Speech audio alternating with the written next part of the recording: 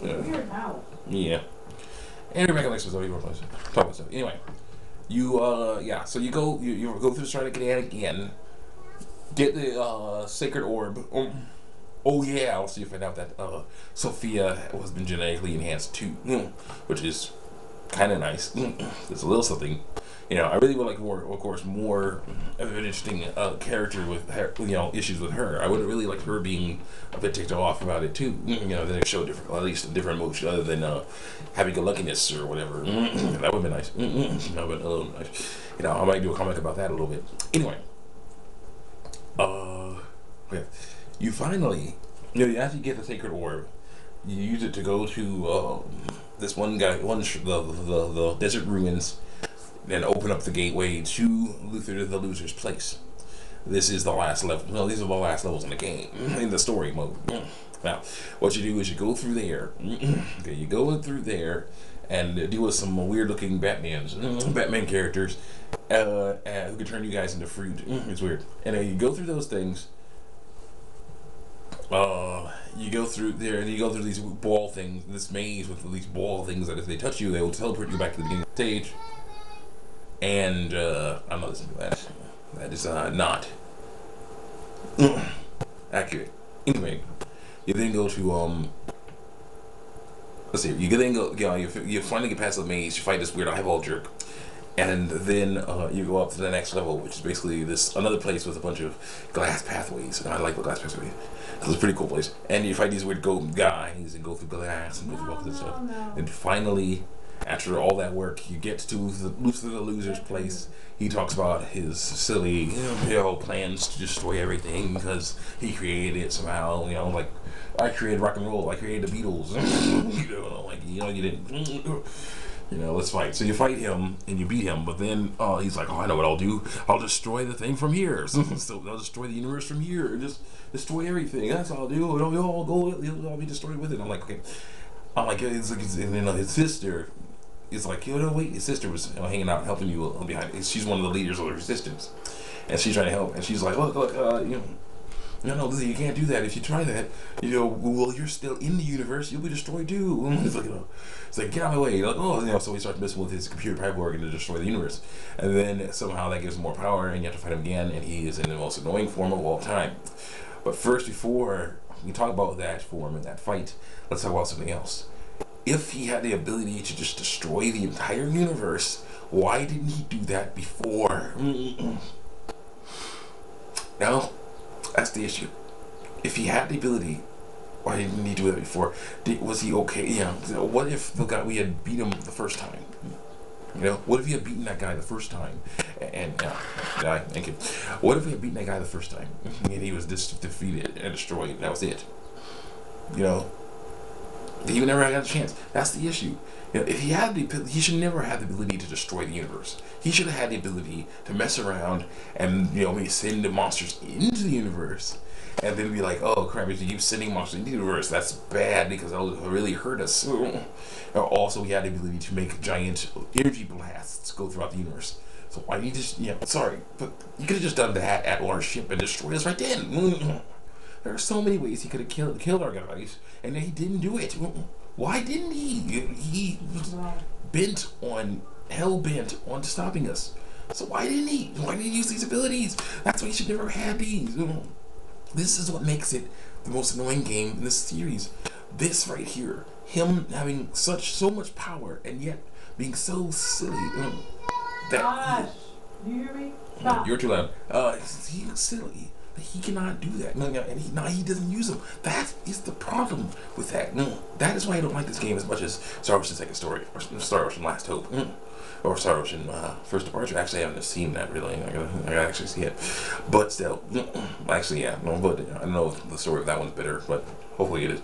But still, come on, man. Star Ocean Second Story. I've played through that multiple times, and I know that thing. There was a plot to destroy the universe with some magic or whatever, but mostly the plot was that the 10 wise men, these huge jerks, wanted to get out from their prison and wreak havoc all over the galaxy. Okay, That was the main thing. They had a fail safe. Okay, destroying the universe was the fail safe. It was not the main plan. Okay, the main plan was to get out and start wreaking havoc, take over the galaxy. So that would not immediately destroy the galaxy. It would be bad for the galaxy if they were able to roam free, but it would not destroy the galaxy.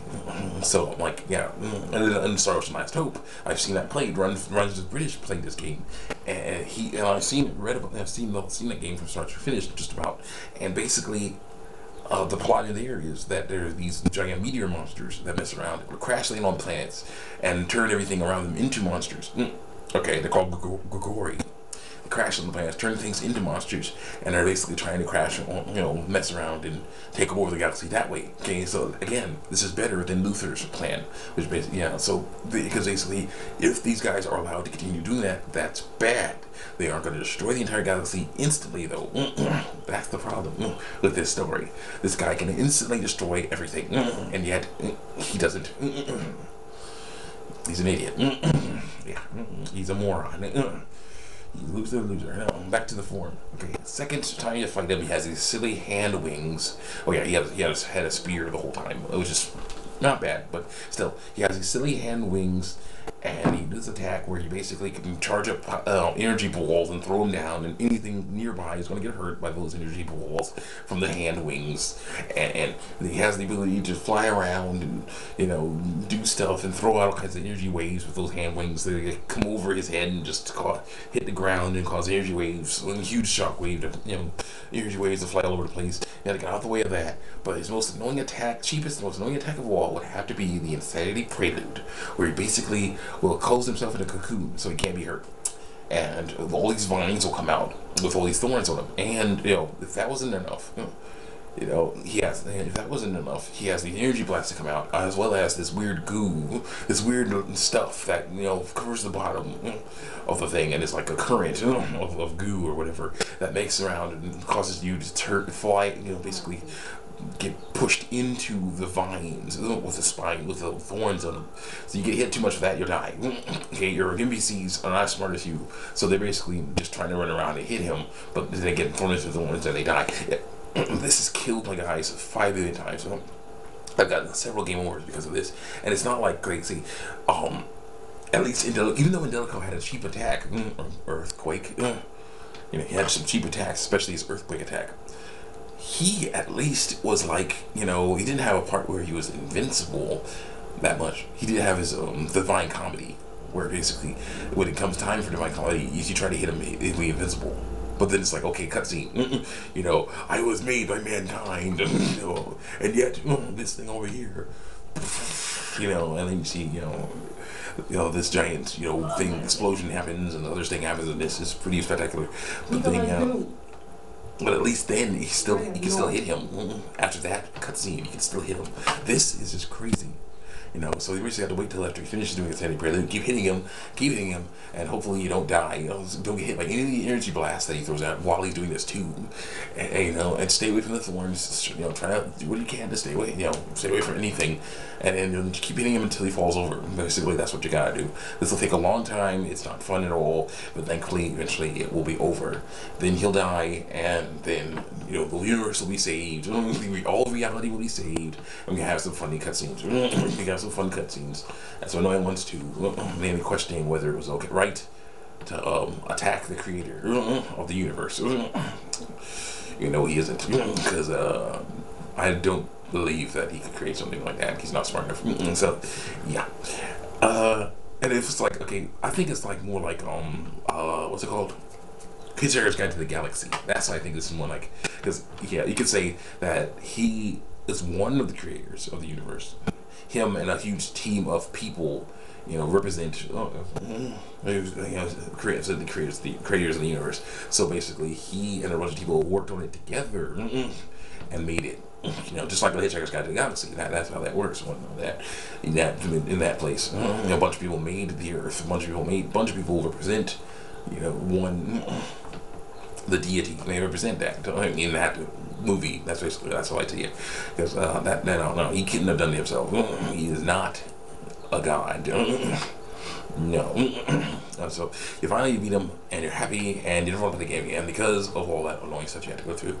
So all in all, the game is a mixed bag. It's very nice and long, but a lot of it, there's definitely some filler, but there's a lot of fun and a lot of cool stuff in it. Mostly with the beginning of the story and the characters that you have to do with. Mostly, I'd say, yeah. Here's the deal. The best thing about this thing is the characters. About Star Wars Until Time is the characters. These characters are a lot of fun, mostly, and there's some cool. There's some ones that do have a good arc. Namely, Al Bell. Fate mostly stays the same. Cliff mostly stays the same. Nell mostly stays the same. Maria had the worst arc. She went from being awesome and interesting and emotional to basically being boring. But Alba had the best arc because basically he went from being a bad guy that wanted to destroy you to being a grudging companion. Because he's like, yeah, if I don't join you guys, my people are doomed too. So fine, I'll join you, whatever. So that was cool to see. So I say, all in all, it's something you should check out. It's not gonna be the best game ever. It's the best Star Ocean game, but it's pretty fun, and pretty cool, and especially at discount price, it is well worth it. So especially Star Ocean to the second story. It starts dealing in time all the Star Wars series because we need to make sure to keep buying these, and so that people will make them again. Square Enix will make them again. Don't get me wrong, I like Final Fantasy. I like it a lot, and I like how they kind of combine with Star Ocean. That's just Final Fantasy 13, where it's like one where it's like you have guys who like to punch monsters in the face in both of their series. You have magic coming from tattoos, Star Ocean, a lot of cool stuff going on. It's a lot of fun. So the music's not the best of all Star Ocean series. It's okay in most respects, except for trying to get in and Case, which is horrible. And the style is definitely different, but to me it's not that bad now that I see it as a more anime style instead of instead of some sort of weird what's it called? Instead of like trying to be realistic or something, So all in all, it's okay. It's okay. Well, I'm gonna go play some more Star Ocean. Check me out on YouTube and DeviantArt, especially my how Star Wars Episode 1 should ended on DeviantArt, and on YouTube that would have to be my Urban Reign, Halo 3, Urban Reign, Nature's Actual Ones, Blue Dragon, Final Fantasy Crystal Chronicles, Star Wars Into Time, Star Wars Second Story, Tekken 5, Super Mario World, Wario World, and a bunch of other cool stuff. Thrill Off the Rails, and Backyard Baseball. It'll be 2008 the show, though. The show, at least a little bit of it. Like that one game was like 20 parts. It was a hugely long game. But yeah. So yeah. See you next time.